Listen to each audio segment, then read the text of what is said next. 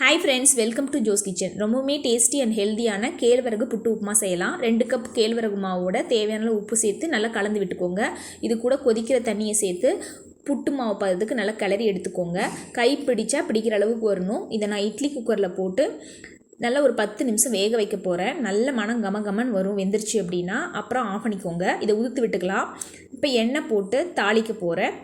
கடுகு, உளுத்தம்பருப்பு, கொஞ்சம் சீரகம் எல்லாம் சேர்த்துக்கிறேன். கொஞ்சம் துருவின இஞ்சி சேர்த்துட்டு பச்சை மிளகாய் காரத்துக்கு சேர்த்துக்கிறேன். கருவேப்பிலை, முந்திரி, வேணும்னா கடலை கூட நிலக்கடலை சேர்த்துக்கோங்க.